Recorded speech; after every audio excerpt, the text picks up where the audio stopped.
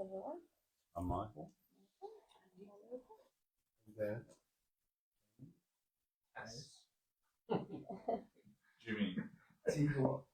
Ross, Carl, Dean.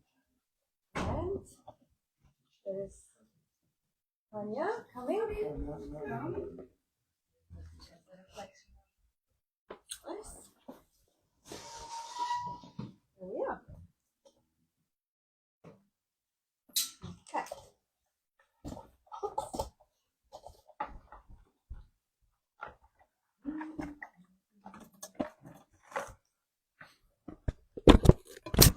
And last week we had a little bit of an issue with the interference, so we're gonna keep them apart. Maybe. No, it's not. I don't think it's that. Yeah, they were the two mics. Okay, so welcome everyone. And as usually, invitation stands. Anyone would like to give us an introduction in your own words, through your own understanding? James? Anyone? James? Jimmy? Jamie? Ben? Anyone? Well, the basic. You coming? Okay, so you can sit here or you can swap the chairs. Yeah. Yeah, okay. Let's see. No, you stay where you are.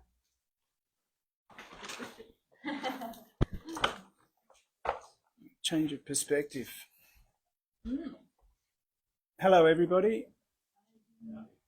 As always, the message is one without a second, what we call non-duality, Advaita.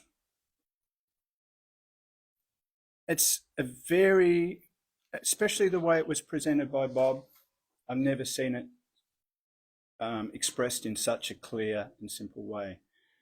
The simplicity of the message can sometimes be its failure, though, because the mind itself wants to add concepts to everything we hear. You can't get any simpler than one without a second. One, non-duality.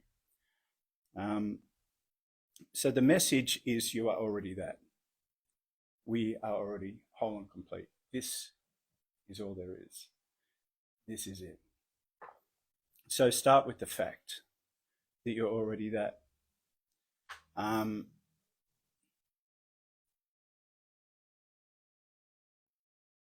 Yeah. Any questions?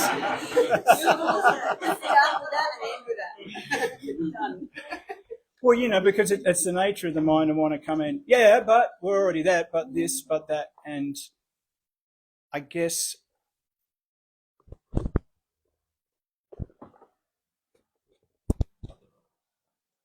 if you start and end with that, you realize that the reality is non-dual, sometimes expressed as omniscience, omnipresence, omnipotence, all present, all knowing, all powerful.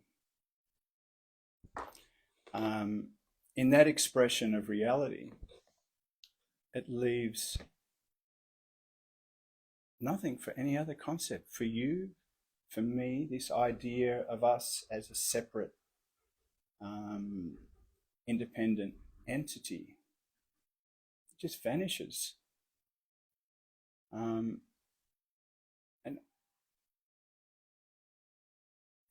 it's just a relaxation into what already is, which is this,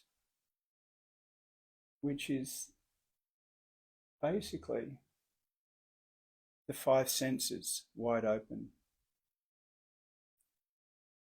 The seeing, the hearing, the tasting, the touching, the feeling. Can you trust them? Well, you can trust the experiencing of those. So no, because the five senses are just the appearance. The appearance is not the reality. That's right. Yeah. The appearance, the feeling, what we see is an appearance. So it's not a matter of trusting or not trusting, but it's a matter of recognizing the pure experiencing that is the reality. So we don't know what what is being experienced. We don't know the appearance is what it is, but we know that sense of presence, that we are the sense of I am, the experiencing, the feeling, the tasting, touching, not the taster, the feeler, or the felt. That's the dualism.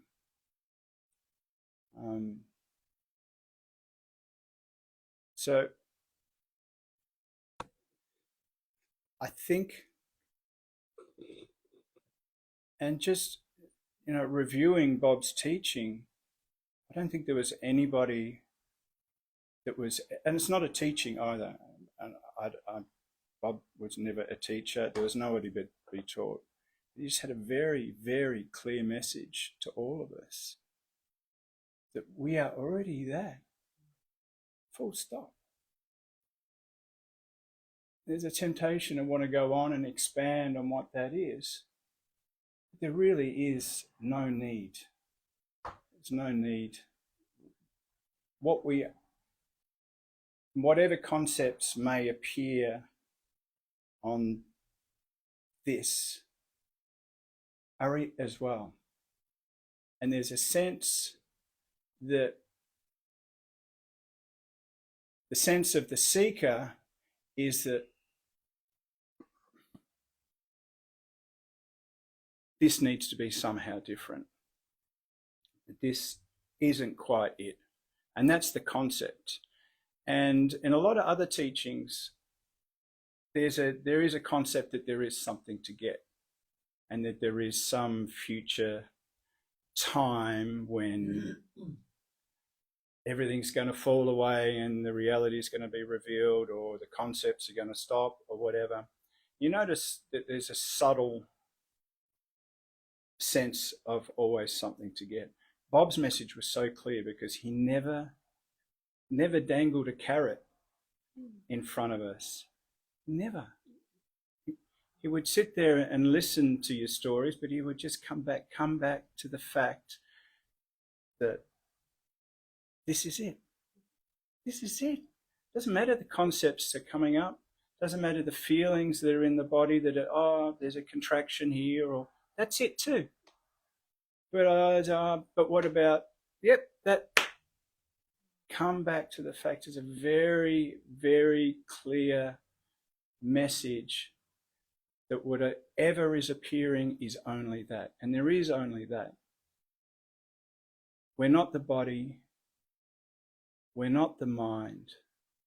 We're not the concepts. We are that reality, that omniscience, omnipresence, omniscience, omnipotence. We are that, and it's beautiful. What's wrong with right now, unless you add a concept to that? And even adding a concept, there's nothing wrong either. There's, it's the energy of belief that goes into the concepts that tells me I'm not that, or there's still something that needs to be cleared up, or some sort of purification. It's just a belief. It's just a belief. And we, as that reality, because we are all powerful, we can dream ourselves into separation as well too, into feeling that we're not that. We're just this body, mind with its problems. And that is that as well too. That's if you're the infinite, all-powerful, it can know itself as it is, as the reality, or it can dream itself into separation. It's still only that. So I guess the message was, and the message always was from Bob, is just an invitation.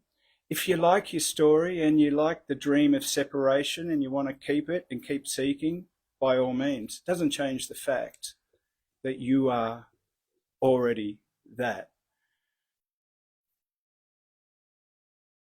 If story of separation gets too much, there can be a relaxation back into the wholeness. Not that the wholeness is ever lost. It's never, ever lost.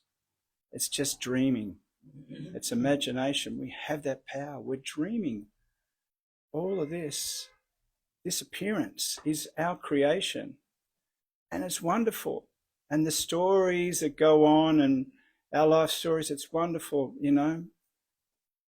But we've never left that omnipresence. We've never left that omniscience, never left that omnipotence. I can't. Where could it go? Other than imagination. And Nisargadatta said the only thing that can ever bother us, that can ever trouble us, is our imagination, which is a concept.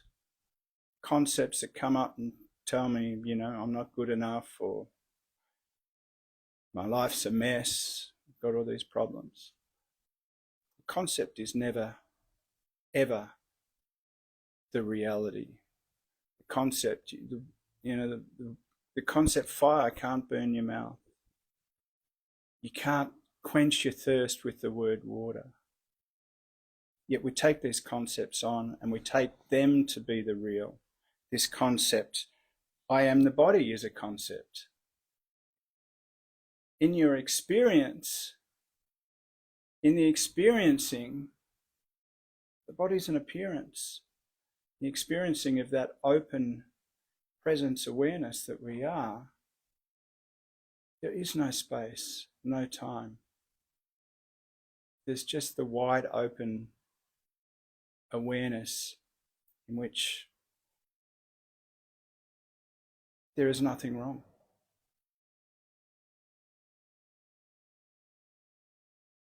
So I don't need to keep expanding on this message because it's very clear. Whoever's, whatever seeming body minds are looking out through whatever that world is, through the phone or in this room, realize that they're all just appearances. There's nothing going on here. There is only that. And it's experiencing itself as these many lovely patterns and forms. And there may be a taking itself as being limited by the form, or there may be an openness and an understanding of its true nature, of our true nature. Either is fine. The invitation's there for a relaxation into what is already so. That's the message of non-duality. Whatever is appearing on the experiencing is that. There is no movement away. There is no losing or gaining this message. There's just an appearance of concepts on that awareness. And there's a seeming believing for some of us that the concepts are the real. And what Bob and I think Nisargadatta really pointed out well is the falseness of these concepts. We've mistaken the map for the territory. We're dining out on the menu instead of the food. And that's the cause of our seeming suffering. Because, there's no nourishment in a menu. It's just, leaves you very unsatisfied. And, that's the meaning of the Buddha's original term dukkha, which is a kind of unsatisfactoriness with life, because we're dining out, we're eating cardboard instead of dining out on a beautiful meal. And the beautiful meal is this. It's every moment of the pure experiencing, whatever is appearing, in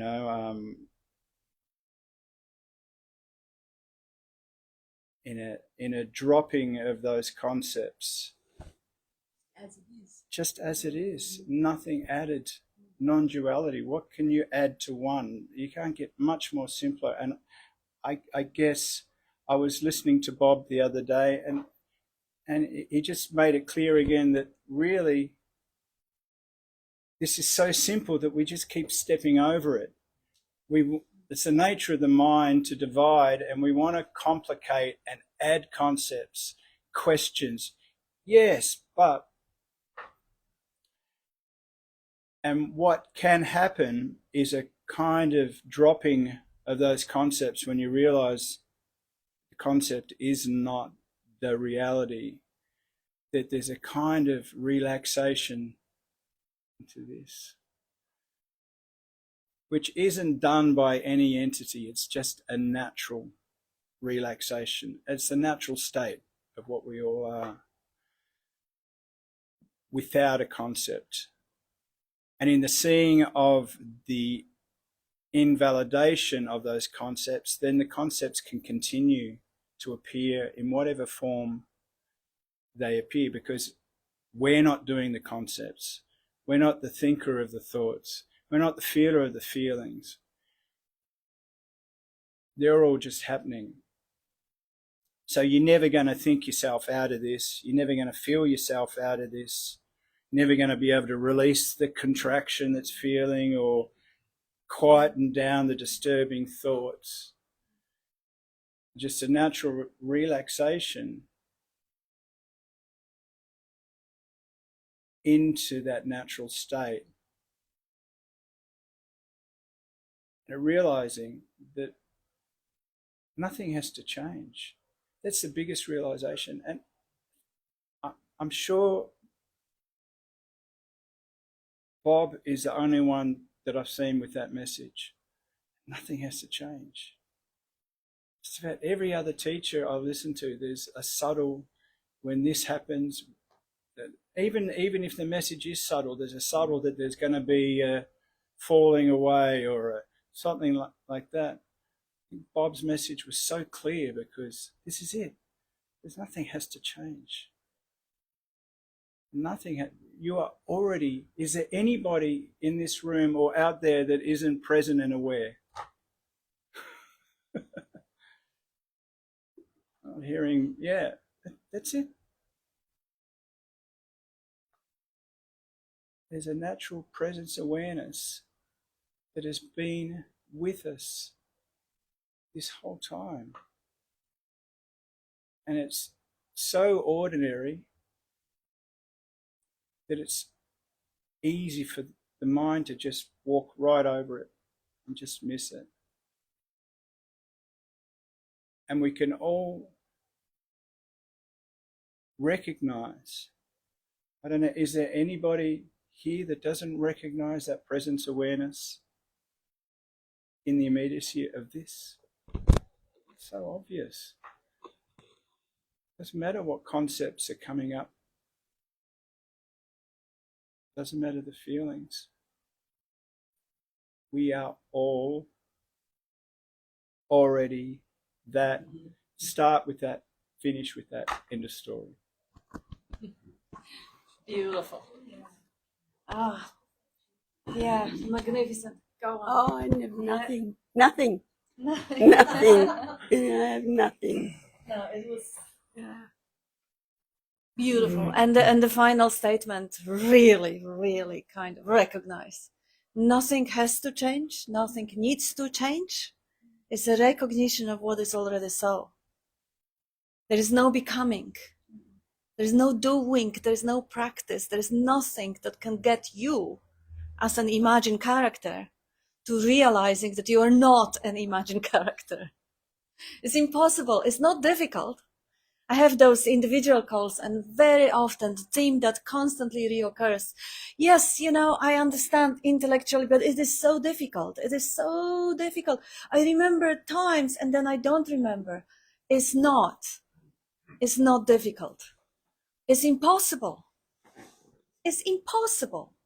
If you have the character, like a cartoon character in a little book, and the book is about the character, how is this character realize that he is not in the book? absurd. It can only imagine it. That's not possible. It is not possible to become space-like awareness starting from the dream character. I am the separate entity person, and I will do something to become the space-like awareness of the whole field of consciousness. Nonsensical. It can't happen. The recognition is that in the direct experience, without imagining myself to be the form, I am already the consciousness.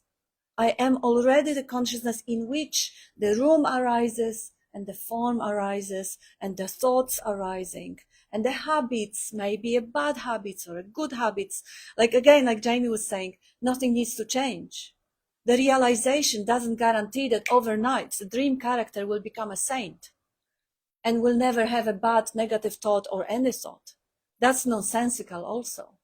The dream character is just an avatar, is just a vehicle for the life, pure and saint already, pure and clean and like clean energy expressing true. So if the character is like the example I like because it's so uncompromising and Bob always encouraged to look at nature, the Spanish bull and the red blanket. The character is conditioned to charge when it sees the red blanket, have the volcano of anger. So that same life, pure and unconditioned, goes through that animal and charges. So the recognition that you are the pure life, you are not the character, doesn't mean that you're going to become a saint overnight. And still, the recognition, the fact of the recognition, takes away some of the charge. Because now, out of the 100% of attention, it's only part of it following the charge. And the rest is just resting. It's just relaxing. Relaxation, the natural state, in which the body caters for itself. When the thought is required, it arises. When the action, digestion, sweating, shivering, all whatever the body requires is arising because it's already programmed. The body and the environment are one in constant flux, constant communication. There is no one to worry about it. There's no need to imagine the entity that is in charge, in control, that is a doer of anything. This imagination of the interface of the middleman between the environment and the body, taking care of controlling it, is just a piece of program. The same program which, when you ask a question to Siri or ChatGPT, will ask you, can I help you with something else? It also says I. But is there anyone who can help you with something else? The same interface, the narrative, the commentary that is this machinery is equipped with will ask you, can I help you with something else? Can I do anything else? Can I get you a better position or better partner or better career? Or can I get you something to get out of boredom, more pleasure? This is the same voice as your ChatGPT or whatever the program in the computer. There is no one there, even though it says I. There is no miniature person doing any of it. So when we say, when we do this, this happens. When we believe the devil is real, the devil seems real. But there is no we, even then. Even believing, even feeding off the menu, there's no we. Of course, it's just a program. It's just realizing that even that goes on autopilot. Believing in devil or believing in anything at all, unquestioned acceptance of something in the absence of reasons, habitual acceptance of something, that the wall you can't walk through, or there is a gravity, habituated. There is no one believing it. The narrative says, no, there is a little I. But direct experience, in the direct experience, those charged beliefs are just part of the appearance. In the consciousness, in the knowingness, in the awareness that you are. So the question is, now, this is, Nisargadatta would call it the last desire or the most potent desire. What do I really want? Do I want that next relationship? Do I want to be saint? Or do I want to be viewed as a superior, a teacher, or realized, or any of that nonsense? Or the ultimate freedom from wanting or needing anything to be any different than as it is? Because that is the longing of the heart, realizing that there is a pure perfection already in this moment, including the dreadful past, drama and trauma and all of it that arises as a thought, that doesn't arise as a fact.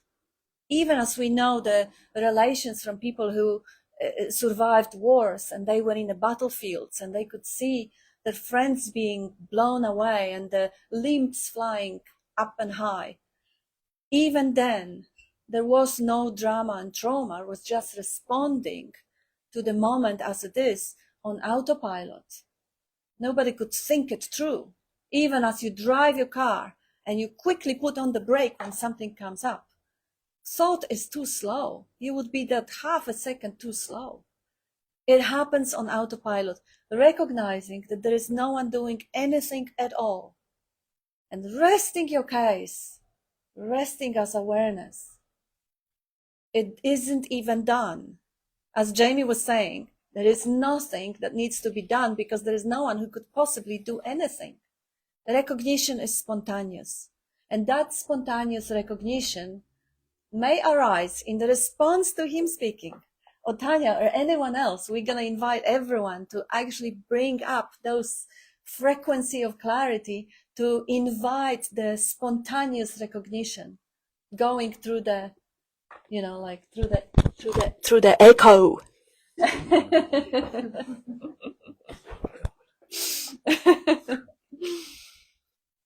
Because there is non-doing. In the non-doing, that spontaneous recognition arises. There is no need for any doing because there is no one who could possibly do anything. The dream character that you may imagine to be. In the morning, you may imagine to be one role, another role in the afternoon or in the evening or 5 minutes later. You may be miserable, poor little human in one point, or you may be just a fine specialist, or the expert in your field, or a husband, or a daughter, or a dream character at night, or in the fantasy. See how the content of the dreaming changes all the time. We can all collectively imagine life in the moon, or Europe, whatever it is. That is a dream. That's a dream within the dream. Every thought is another dream. And if there is a dream character within that thought, that is an appearance. The dream air, is no such thing. It's the dream ink, just like it's raining. There is no rainer. There is no shiner of a sun. It's all just process ink, singular ink, dream ink is going on. No ink of the dream ink is going on. No one doing a thing. And recognize ink. There is no one who is realized or recognized. There is no one who is enlightened. If there is someone who says, I am realized and you are not, laugh them in the face. Oh, what a dream. What a nightmare. Because if I believe I'm realized, shit, I'm gonna shit my pants that I'm gonna lose it tomorrow. If there is an I who got something, the next thing is not gonna get it. It's gonna forget it. Unless there is no one there, there is no freedom. If there is still imagination of some agency having some things to do, they can get it wrong. So really the ultimate freedom, and this is the last desire, as Nisargadatta would say. If you are obsessing about resolving the family conflict, or getting a partner, or resolving your tax issue, or your cancer, or whatever it is, if that is a mental obsession, realize that that obsession also arises in the consciousness that is completely free and indifferent. That it completely doesn't mind whatever arises, including a drama and trauma and response and spiritual bypass and all the other stuff. And that is your essential nature. That which is already free, present, and witnessing whatever arises, and doesn't mind unconditionally accepting all that arises. And paradoxically, then the dream character and whatever the dream character goes through is not going to be any less juicy, but it's going to be much less painful. But again, as Jamie said, even to use the word "it is going to be" suggests that it is going to be later. No, it is only now. There is no later. There is just now. Just now, if you realize that that presence that you are doesn't mind whether it is too hot or too cold in the room. It may register it. It may attend to it, flip the heater or put the jumper. Or, by the way, I have blankets and everything if anyone ever needs one. But it doesn't mind. The space-like awareness, it doesn't mind. It lets the dream character, lets the response arise. So it is not that, oh yeah, I'm going to be passive, and if someone slapped me in the face, I'm going to just... No, there is no I to do anything. Response will present itself as conditioned. It's none of my business. Space has no involvement, no investment.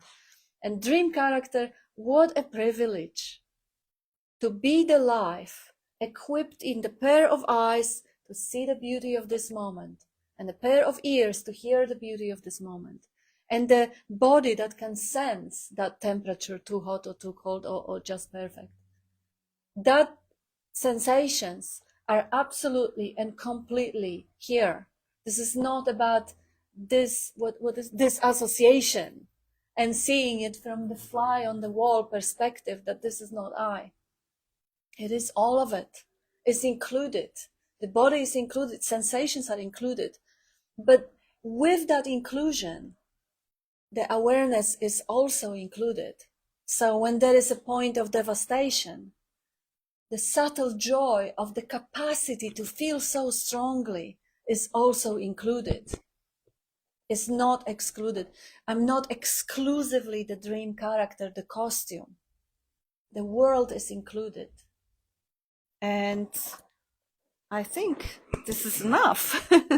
And we have few messages of good morning and love messages for everyone who are here. Lots of love from Mitra and from Catherine. And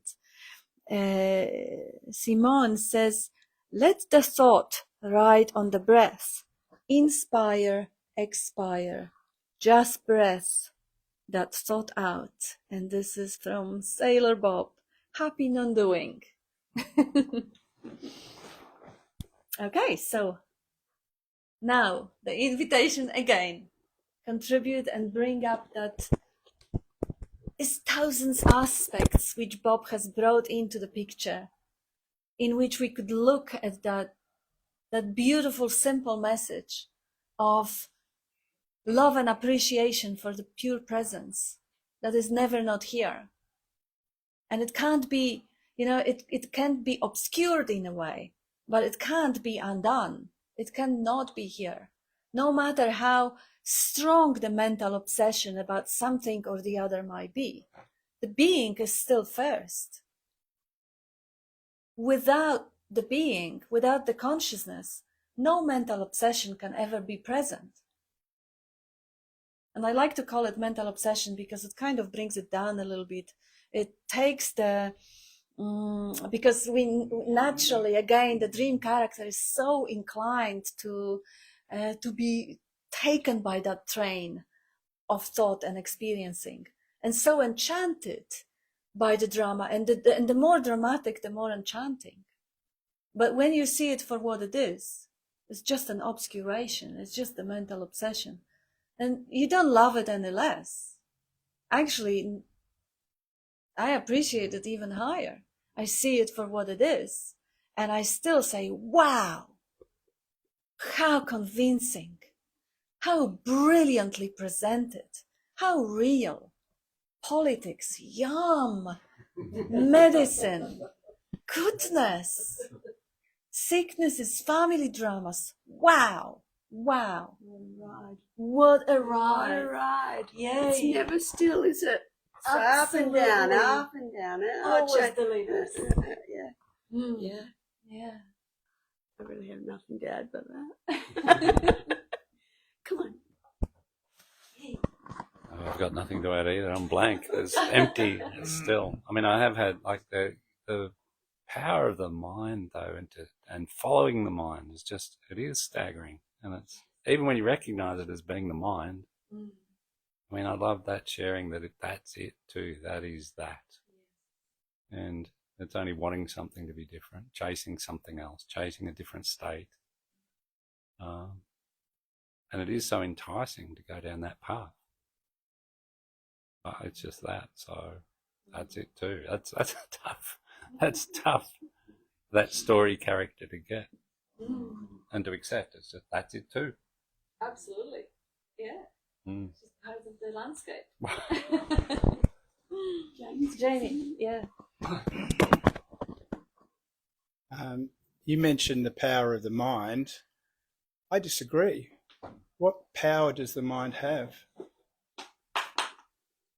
Can the mind actually do anything? Can the thought I see? Can the thought I feel? The only power the mind has is the power that we as reality attribute to it. Bob used to use the example of the hot poker. We being reality of the fire. You put the poker into the fire, it can get red hot and it can burn like the fire. It takes on the attributes of the fire. But take it out of the fire, what power to burn does the poker have then? And it's because we attribute, I hear this so much, oh, the mind is so powerful, you know, and it has no power of its own without that intelligence energy. And this understanding is that we're not the mind, that we take that poker is taken out of the fire and allowed to cool down. It can still be a poker, but it's not going to burn. And it's the same thing with the mind. Whenever we believe that the mind is powerful, it can still create suffering. But the understanding is that the thoughts on their own, because the mind is just thoughts, it's concepts. And we string the concepts together and we create stories out of the concept. And the energy of belief goes into those concepts. And the energy of belief is coming from the reality, from what we are. It gives the mind the seeming power that we believe it has, but its only power is from our belief. Once that interest and attention is withdrawn from the concepts, we see that the concepts aren't the thing. The mind can do whatever it's like. It has no power. What concept, what power does any concept have? They're useful tools.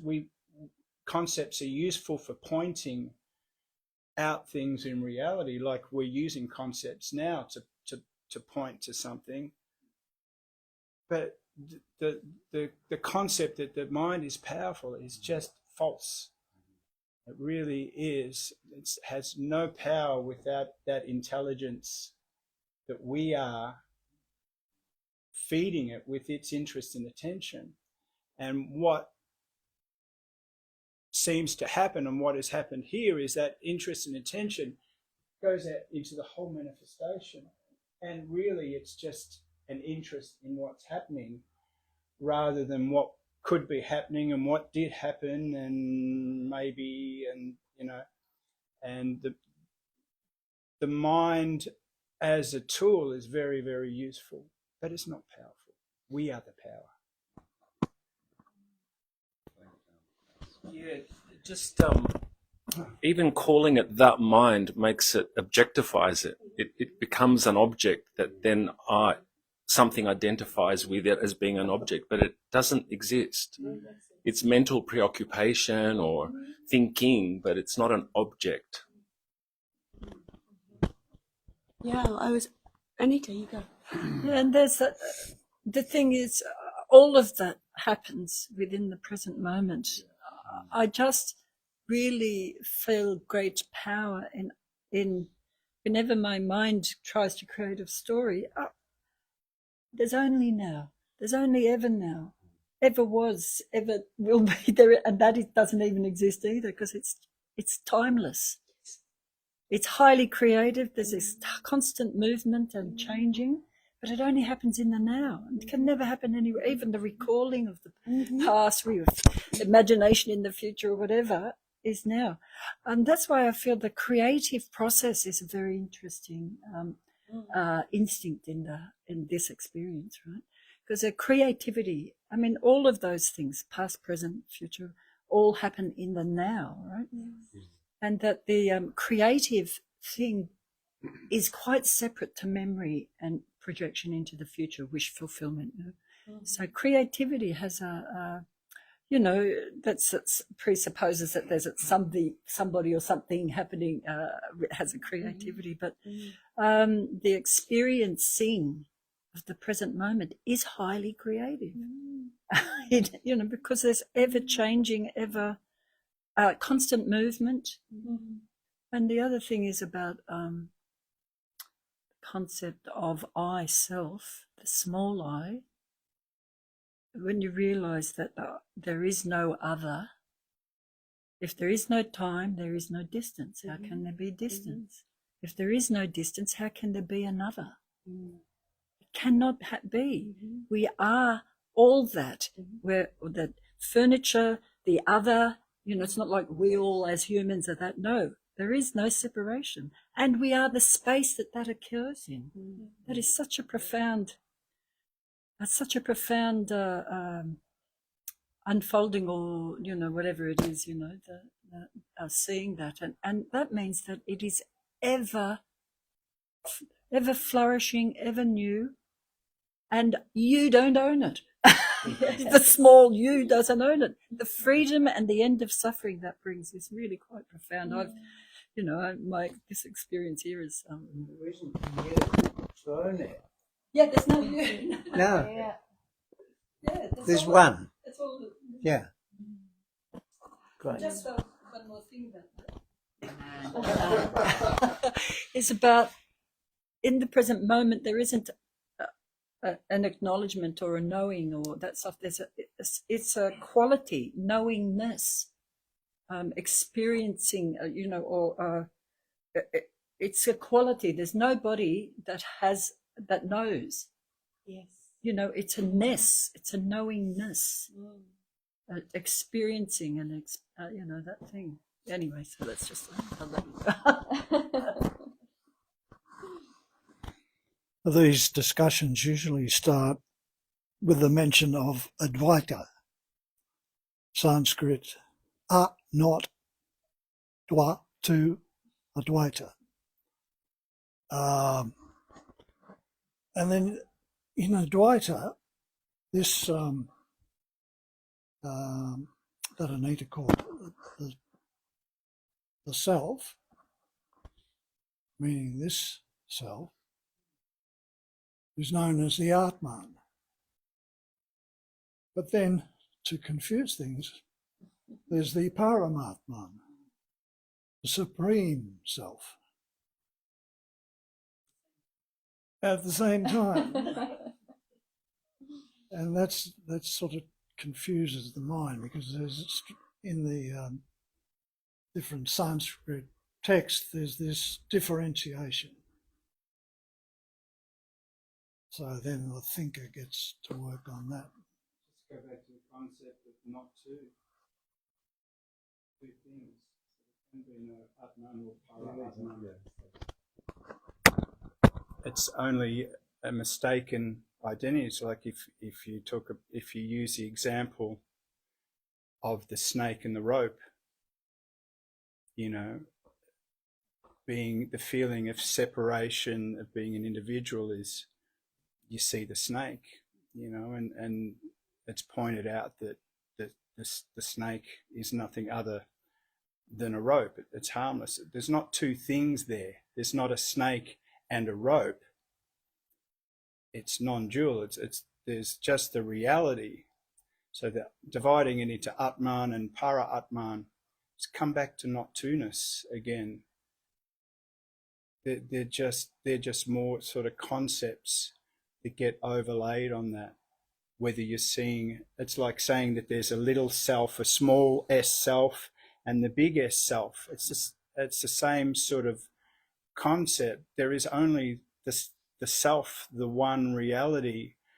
Are you seeing the snake or are you seeing the rope? It's not two things. It's the one reality, and it's just a matter of a sort of perception of what it's been seeing at. But just come back to what I said originally. How much more simpler can you get than non-duality? Not two, one without a second. The mind loves to chew on the different concepts of Parabrahman, Brahman, Atman, three gunas, and it can divide and divide forever. And a lot of those philosophies will leave you, chewing on these concepts and, what's the difference between Atman and Para-Atman? And just in the dropping of all that, what are you left with? You're left with just the reality, which is non-dual, one without a second, without a concept. I think part of the agitation that can happen for people trying to understand this experience and what the pointers are, Shinzen Young talks about, you can say it's all one, it's nothing, there's nothing there, just be, just rest, let it go, just be here right now. And the most refined or the most subtle way to do that is just silence, to say nothing. It's just in the silence. Just be silent. And then, of course, what happens is the mind in which we've been talking about, the thoughts and the concepts, they spark up. But I'm here. But what's this? What do you mean? I'm here. I experience this. This is coming up. This creation, as you put it, Anita. It's just, it keeps on coming up. It wants to be satiated. It wants to be talked to. It wants to be understood, and it wants to be met.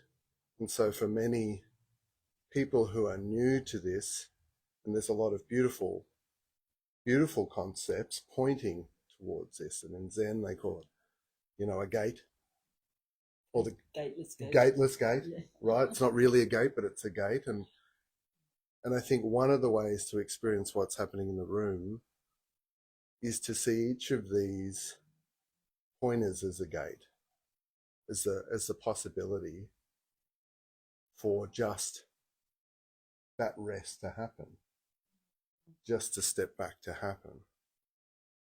Jamie put it beautifully with the poker in the fire.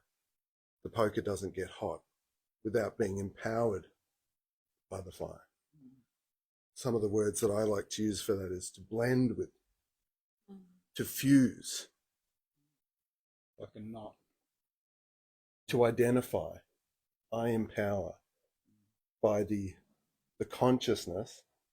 The consciousness empowers by joining with, by identifying, by putting power. So you're right. The mind doesn't have the power. What a fallacy. No, has no independent nature. So it's the consciousness or the observing that, the attention, interest, yeah, the interest drawn to the drama that goes in that direction. Or the energy. Bob used to say the energy of belief. Yeah. The energy of belief. Yeah. I believe this to be true. I empower. And so it will be so. And so for those listening that feel some of that agitation, and it's very difficult. It's very difficult. See if some of these concepts, some of these offerings, these gates might just subtly start to have you aware that concepts are happening, that thoughts are passing through, and there is something observing. There's observing. One of Ramana Maharishi's beautiful pointers was stay with the sense that I am. The sense that there's an identity. Because the consciousness is separate from the sense that there is. a person, an identity. So the sense that there's a self, the sense that I'm a person, the sense that allows this starting to draw back. Oh, there is a sense that I'm here, but it's a sense, and that too is a concept. And in the light of conscious observing, you start to see, oh, that's a concept, and everything after, in reference to the self, is also a concept. Oh, also a concept. And so there might just be this subtle drawing, this resting, the let go that everyone has been talking about. How do I relax into it? It may just. There's a really good example. This is what Take a mic. A visualization that helped me when I was a kid. We used to have these little Chinese finger traps. It was a little cane thing, and you'd put your fingers into it like that, and then you're stuck. I can't get it off, and then you'd the harder you struggle, the tighter it would get. But just in the relaxation, it would just fall off on its own. And whenever I've noticed to getting caught back into the concepts, because if there's a getting caught in the concepts again, there's a natural striving of, I want to get out of these concepts, they're uncomfortable, and there's that natural striving which just pulls you more into the concepts. But in that sort of visualization of just Craving, aversion in Buddhism, the craving towards that's the trap. Present, That's that the aversion towards seeking, that striving that keeps you caught in the concepts. keeps you wrestling. Just the natural, and it's not it's a non-doing. It's difficult. It's not a doing. It's a non-doing of just a seeing in the immediacy that just this, and in that moment you're out of it. And I think an example Bob used to see that there's a kind of, you could see the, what's the word? You pick any word. You can see the agitation can only be noticed from the point of non-agitation. Yes. And there's this allow yourself Take the not mic. to allow yourself not to fix it. Allow yourself not to resolve. Allow.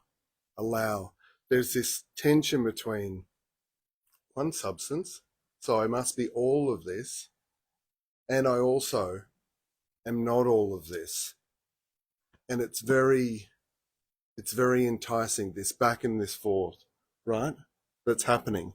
So they talk about, when sitting in meditation, this gap between I'm meditating and now I'm not. Now I enter into the world. Oh, there's a separate, I was meditating and now I'm not. So meditation in this metaphor could be considered not being, right? Or not drawing into the form. And then I stop meditating and I go about my day in the world. And so there's the form and the no form. And so we get rid of the distinction, the blend. We get rid of the distinction between no self and self. Oh, so it's all this. All arising. There's no distinction. Yes. All arising. It's in not just consciousness. meditating, All of it. it's all arising. Yes. So stop trying to resolve that. To stop trying to get somewhere. Any attempt to try and resolve or resist or push, it's all predicated on the belief in an I. Right, Fundamentally, it all comes back to I'm a doer. right. Like, Find the doer. Like Kat was saying, Yeah. I'm enlightened and you're not. Or I get it Separation. and you're not. That's predicated on a reference point of me. Yeah, and have a And look, other. have a look for that me. That's it. in the immediate experiencing. Have a look, because the me survives in time. and space. It's a created character that moves through time, that's remembered. It's dead. It's based on the past. Yeah. It Or does. an imagined future. In that relaxation that I mentioned before of the puzzle coming off, which is in the immediacy that happens, and in that just brief investigation of, fuck, there's nothing here. Yes. Thoughts aren't real. There's nothing. The me cannot survive that scrutiny. It cannot stand up to that sort of investigation. Yeah. And then, maybe the me starts up again, but who cares? So what? You've seen it. Yeah. And if it becomes problematic and uncomfortable again, just have another look. We've seen that it's not there. There's a sense that it's being constructed. Mike. Yeah. There's a sense that it's being constructed. All this phenomena being constructed, and the self being constructed, being put together. Well, it's not a noun. It's a verb. It's a selfing, because the selfing is a mental process that seems to happen. That it's like the spinning fan that is just blades, but when it's spinning fast enough, it looks like a solid, independent structure.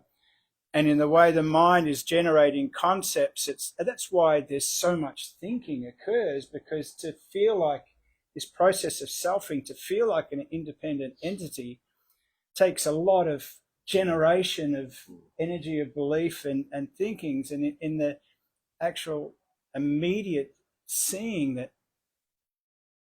wow, there's nothing there. Then once you realize that it's your parents putting your presents under the Christmas tree at Christmas and not Santa Claus, once you've seen, we all remember that moment as a kid when we first discovered that Santa wasn't real. Could we ever go back? We might still celebrate Christmas and we talk about Christmas and I hope Santa brings me good presents this year. But once you've seen it, you can never go back into believing. And it's the same. It's just the investigation. It's just nothing there. It's like Nisargadatta said, my emptiness is full, my silence sings. There's nothing there. And we've all seen that. There's an absolute knowing of that. And that's the removal of that idea of the concepts of the poker from the fire. Poker's going to stay there. The thoughts are going to stay. The selfing's still going to happen. But there's no more investment. There's no more, once it's been seen. Who cares what the manifestation does? Just enjoy the show. It's a really good show. It's very entertaining. And look, I was thinking today driving in, I go, this has to be just a manifestation of dream, because you look back through so-called history of the human race, this is the most interesting time to ever have been manifest in form with what is happening with technology and the world and that at the moment. It's just there's never been a more fascinating time to be enjoying this show, whatever this manifestation is. We don't want it's an appearance. Who cares? But it's really, I find it immensely entertaining anyway, and once now that concept of being a separate independent entity that's traveling and having to navigate this world has gone, it's just a show. And it's just that's the relaxation of like, let be what be, let come what comes, let go what goes. Makes no difference here at all. Be like a newborn baby. Yeah, fresh and new. When a child is born, there's someone at the door, it might be Tony, without a word-based notion of I or me or any concepts, and you look at that baby, does it appear as if that child doesn't exist or doesn't respond to what's happening in the environment? It all just happens naturally. The child has no internal yet. The word hasn't been born yet in the child. It's just unborn, this mind that doesn't exist. The wonder in that child's eyes, you can see them. They're just wow. That's it. And that's why Bob reminded us, in the beginning was the word. That's when all the trouble started, if you like. Twos. That's it. It's mine. Yeah, No. that's it. And what's the first word we learn? belief in the concepts and belief in a separateness. I am I. Yeah. Therefore, I am separate. And I am different. I creates you are you. That's it. That's the separation always. And there's the That's the invitation dualism. to conflict and and other beliefs. But as you say, the mind, the word we use as shorthand, is a concept in itself. What is your actual experience? Just like a newborn baby, what is your actual experience if you can drop you don't have to do anything. When the belief in the words and the concepts drop, it's just this. It's what's happening. It's not like the body won't respond or something won't happen. It just happens naturally. And then you realize, none of this thinking shit is necessary for anything. No. Because there's no I and I'm not doing it. Right? That's it. And there never has been. No. There never will be. Beautiful. I have that's it. Goodness. I hope this actually answered the questions. I have few questions from the community. So Catherine says, how did you come to this understanding without seeking? So I'll answer that one first. Nobody can come to this understanding through seeking, because you are born with it. Just like they were saying, you are born knowing that you are. You are born with that pure presence. Seeking makes you forget and lose it, because there is a presumption that you are incomplete, that you are separate, that you are something or the other. So you continue seeking for completeness, for love, for approval. Then you seek for adding, accumulating, amassing, and the seeking goes on and on and on and on. So through seeking, you are asserting being separate entity, incomplete, deficient, not good enough, not clear. So yes, how did you come to this understanding without seeking? You do not come to the understanding. The realization, the recognition is spontaneous, that there is no you who needs to have an understanding. The realization, the spontaneous recognition that life goes on, everything arises within that field of knowing to no one. There is no self to which the world arises. You can see there is a different imagined or seeming self in the dream, different imagined or seeming self in the fantasy, big self, small self, medium self, whatever the self. But all of them are arising spontaneously and naturally in the field of knowing that you are. So the realization is spontaneous, and nothing can be found through seeking. I mean, if you lose your pen, you can find it through seeking, but this is within the dream. But no realization can be found through seeking. Realization comes when the seeking stops, when the mind relaxes and the seeking stops. Realization is spontaneous. And I have a couple of more on the same topic. So, none of you have had this understanding without looking for it, or have you? None of you have had this understanding without looking for it, or have you? This is a question. Yes, exactly. None of us could ever have any understanding found by looking for it. Seeking happens within the consciousness, just like eating happens in consciousness, just like sweating happens in consciousness, and none of it is you doing. It is, and the desire is arising. And again, seeking for approval as a child, seeking for a partner as a teenager, seeking for a pleasure, seeking for money, for safety, for security, for friendships, seeking for spiritual understanding, enlightenment, whatever it is the activity, seeking. activity arising in the consciousness that you are. You are not doing any of it. Taking credit, this is I, me seeking, is the misconception. There is no one doing any of it. There is no one doing sweating. Sweating happens. Digestion happens. Digesting happens. So this is, and the third one, and call you go. The third one, if you were already free, you would not have been at any of Bob meetings. That is not a question. That is an assertion. And that is again a misconception, because there is an idea that there is a you that can be bound or free, and that can have a choice to be in one location or the other. If you are a consciousness, then Bob's meeting arises within you, not you within the Bob's meetings with the story backing that, oh, I am the doer and I have a choice to show up and be somewhere present.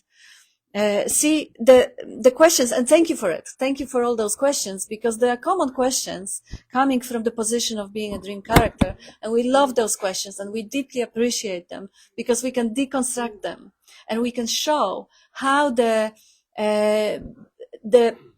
place from which the question arises is the misconception. It arises from the false predicament, that there is a separate self that is going to arrive at something through seeking, and that separate self chooses to come to the group of seekers to keep looking for something to find there, while the direct experience is quite the opposite.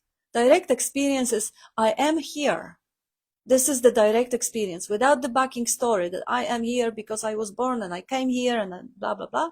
No, direct experience is, I am here. The backstory arises within the consciousness, justifying I am here.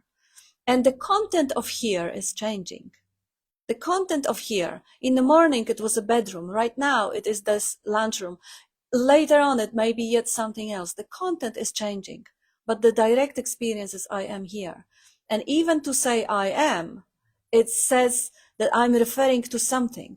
The body mind, which has the eyes, ears. So the point in consciousness that is acknowledging of being here. I am not this vehicle in which I am here. When I'm in the car, I'm on the road, but I'm not the car. I'm not the vehicle through which the consciousness notices the content of the here. So I think that is it, the three questions on the seeking. So, Cole, would you like to get into it? Yeah. Look, my heart bleeds for those people who ask those questions. You know, when I was 17, I read something by Martin Buber called I and Thou. It's a book. He was a Jewish mystic. And the first page I read, I could read at that stage where I was 17, and I couldn't understand a word that was being said. It was all non-dual, yeah? And it started me off on my search. Yeah. And that went on, and it was painful. And it went on, and it went on, and it went on. And I'm talking about the dream character. Yes. I'm identifying with the dream character when I say this, okay? So this went on and on and on, and I met Bob when I was in my 50s or late 50s, middle 50s. And I came to Bob for about 3 years, and I still kept on searching. I went to Douglas Harding in England. I went to Ramesh Balsika in India. I've read thousands of books, well, hundreds of books. Anyway, literally hundreds of books. Yeah. And you know, and while I was with Bob, after 3 years, I just decided, look, this is crazy. I don't want to do this any longer. This is so painful. I've got to drop it. It's like a disease, like an addiction, you know. I've got to stop it. And I couldn't drop it. And I kept on, and there was a point where I came this week, and this was the week I was going to walk out. And then it was the following week, and then it was the following week. I still kept on coming. And I don't know, I was sitting over there, and Bob was sitting up here somewhere, and Bob said to me, he says, I don't know what I said to him, but I say he was angry. You know, that's the way he spoke. He says, how many times have I got to tell you? He says, there's nothing to get, and there's nobody to get it. And it bowled me over. And I actually thought, you bugger. I've been coming here for 3 years and doing this and doing that, and I was on the point of, and I thought, okay, this is it. And I sort of was on the point of standing up, and then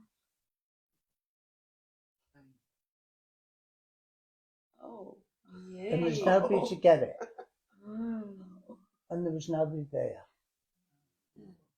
Yeah, there was nobody there. And I just sat there for the rest of the evening, and for the next few months, while the story of this dream started to collapse. Okay? But, you know, I still don't deny that the objects, you know, they're just as important as subjects. In fact, they're one, aren't they?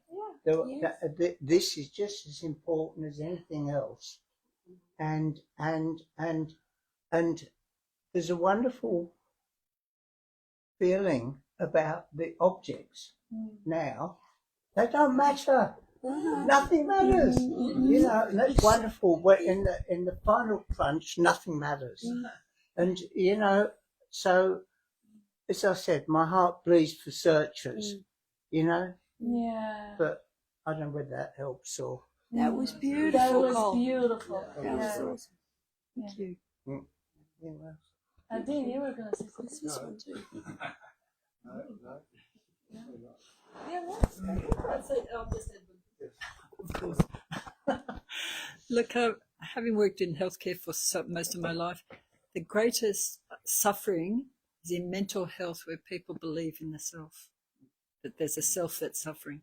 Mm-hmm. And that is the greatest state of suffering.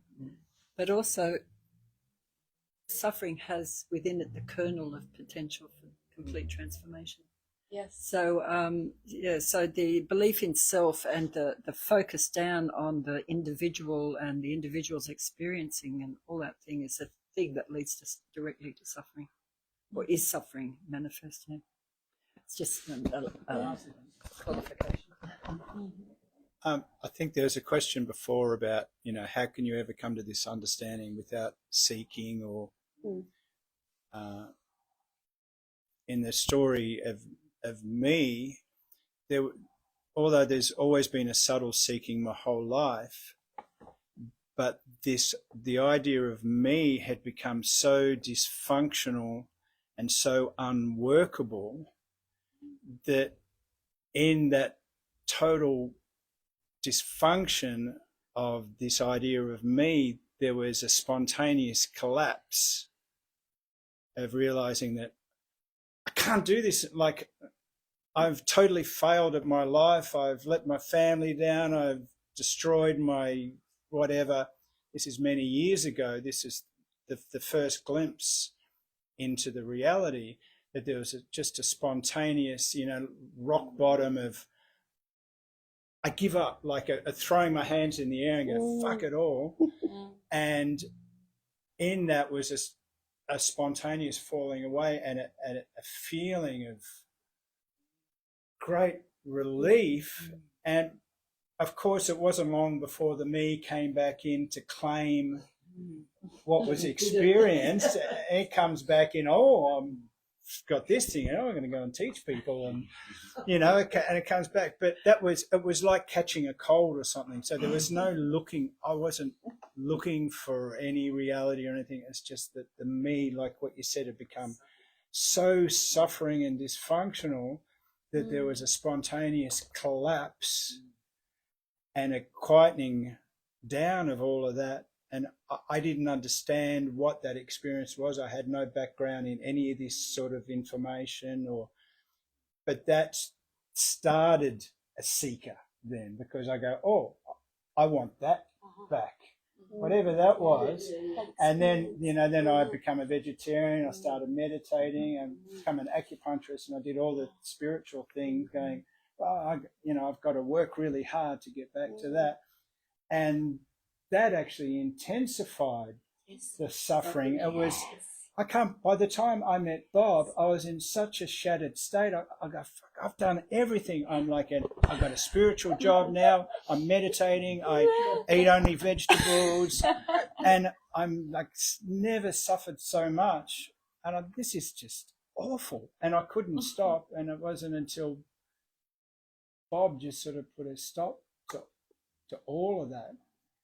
And how did you do that? Because everything you just described is the belief that you're a doer. Yeah, I know. I got to do this. I got to get it back. I did believe that this is what I had to do. Yeah, of course, because I didn't realise that peace that was felt was the absence of the doer. That's it. Yeah.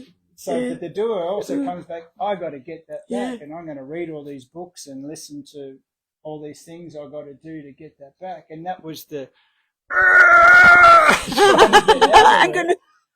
and it was cutting off the circulation in my fingers. And because the striving was so in a sense, looking back, I didn't do any of that. I didn't do any of the seeking, but it's just what happened in the story of me, and we all have that sort of story. But while you're in it, the story is real, and it's like, I got to get this thing. Like I can totally relate to, and it's just one more video, one more book, one more like this. I'm going to get it that time, and it's the relief. And meeting Bob was like, sit down. Yeah. It's already, and it's just a kind of relief. In that. So there was never a kind of seeker here at all, but there can seem to be one in the story of me, in the story of time. But the realization was when this was seen, that it's always been this way. And I laid down on my bed. I must have been 6 hours. I laughed. Okay, I felt like somebody had played the worst practical joke on me. That all the beliefs that had gone into this me as a seeker with all these problems, and then that relaxation happened. It was all spontaneous, but it was just such a cosmic joke. It's like there never was that seeking me. It's always been this way. And so, whether, that's what I said before, whether there's a feeling of seeking there now or feeling of relaxation, it's all that. Nothing needs to change. The mind has trouble to accept that because the nature of the mind to do that. But I tell you, from the experiencing here, that was the realization. And I never got that anywhere else. All I got from all the other seeking I did was practices and purifications and, when you do this and the mind, and then you look, and just kept me on that hamster wheel for a long time. And there was something about Bob when I first met him that I just trusted him, and I believed. It's like your granddad. He's not bullshitting you. He just looks in the eye. You start with the fact you are already that. What you're seeking, you already are. How about this? Bob never told you anything you didn't already know. No. Yes. Bob is you. Well, that was exactly. You are Bob. Yeah. There is no difference. There is only one. There is no duality and non-duality. Bob was always saying that. Yeah. Shit. There's no difference. No. It doesn't matter what mouth it comes out of. No. It doesn't matter where it's expressed. But there's no individual. None of this is personal. And in a lot of ways, the seeking was very sweet. Like, Yeah. there's nothing that needs to be, in the story of me, there's nothing that needs to be changed. All of that seeking in its way was beautiful. And at the time, that was the experiencing of it, and that all that sort of striving. But yeah, it's all fine. And I don't know. I just Perfect, just the way it is. Yeah. Perfectly being expressed. And we are the experiencing, not the experiencer, Yeah. not the experienced. We are not an object. But the mind can't grasp that.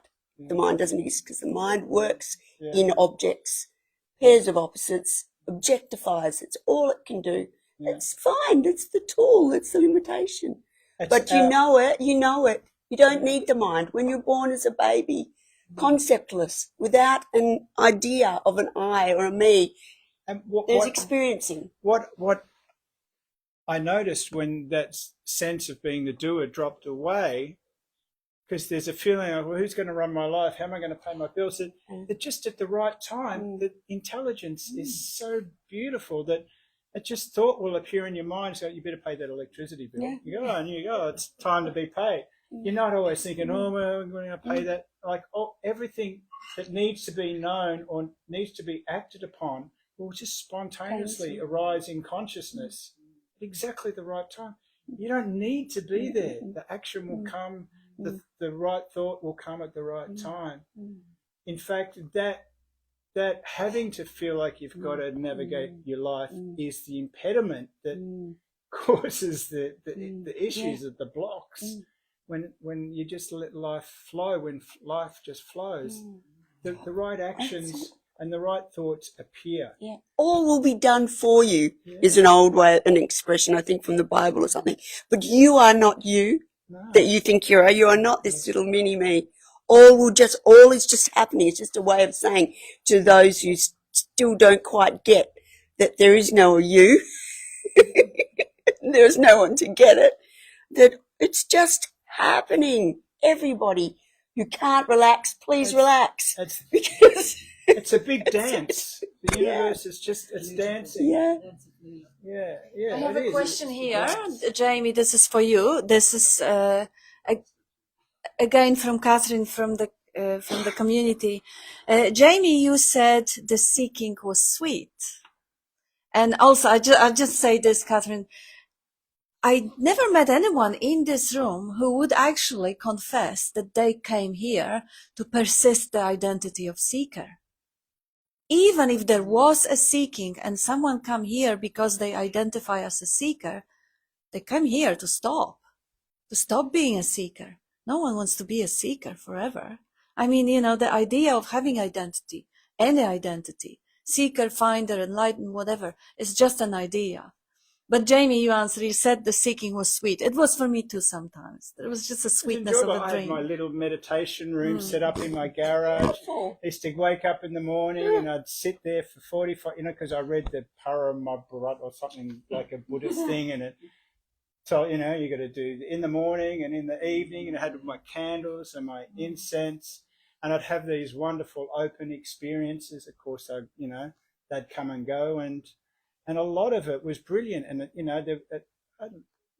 in the story of me, in that character, there was a lot of sweetness, but it eventually just led me nowhere into ultimately more suffering, where some resolution did finally happen. But I wasn't doing anything. There was actually no seeker there. There was no seeker. There was just an energy that was having a certain experience. I'm doing my qigong in the morning. I still like to do qigong, but I think it's like I like to have a warm bath as well too. It's nice when you get in the bath and so the qigong's the same. There's no one there trying to get anything from it, but it just feels just comfortable. Yeah. The story of the character continues. It's beautiful. As it always has done. Yeah. It will just continue until it doesn't. It dissolves or whatever. Nothing wrong with that. And it's a beautiful story. We have another question here from Catherine. in the Bible, seek ye the kingdom of heaven first. I just quickly answered it because you had a conversation within. Seek it within. It's like even the idea of seeking the kingdom of heaven, it really is just a figure of speech. Recognize it, it is already within. Rather than seek it within, there is no need to seek if it's already there. And I would also add to that it's neither within nor without. It's non-dual. Because that's a concept that used to grab me of go within. And there's this feeling that there was somewhere in here that I could go. But when it was seen, it's not within, it's not without. It's just, yeah.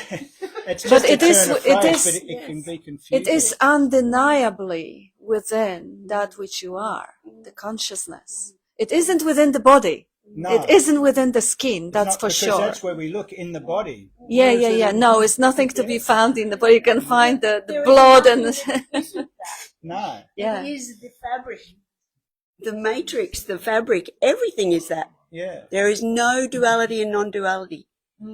But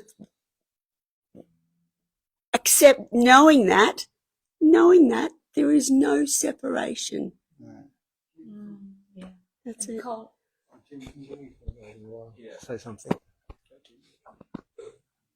All this talk of seeking, I feel like it comes from a misperception. And I remember when you were talking about Bob had nothing to teach us or share. I remember I had a dream of Bob once, and I was lying in my bed in the dream, and then Bob walked into the room, and then just like his energy entered mine, and I just woke up like vibrating with presence. And the next time I saw him, I let him know, and he just smiled and said, "There's no difference between me and you," and it's just like shining.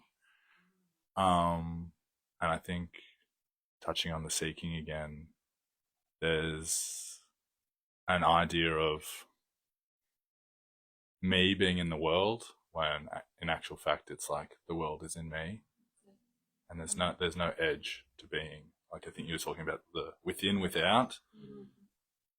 Yeah, just trying to find an edge to self can't be found. No center and no edge. Beautiful. Yeah, it just struck me that when people talk, or when the Bible talks about seeking within, and I've heard this often, I used to think about within this object. Okay, and now I suddenly realise that what it means is seek you as subject rather than object, and that. Well, anyway, that's what I thought. That's what it's just occurred to me. That's maybe what it meant. It's just a pointer. Yeah. It's just a pointer. All pointers point back to you. Yeah, but you No, yes, yeah. Yes, go on. You have to understand the point. Oh, absolutely. And I didn't. No. I didn't. Yeah. Yeah.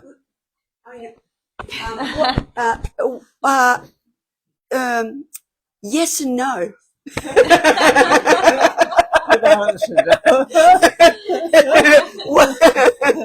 You already know it.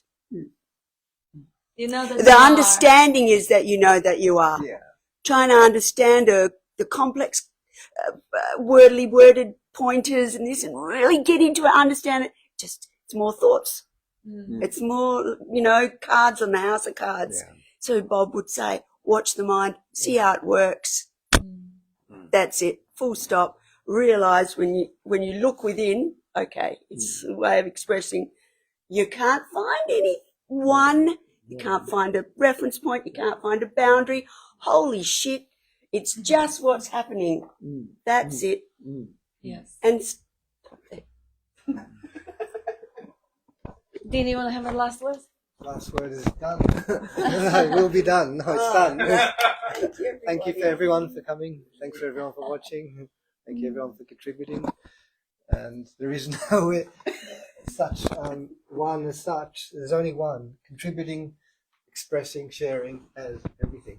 And so the thank you is itself thanking itself for coming to its own party, which is the only show in town. And then,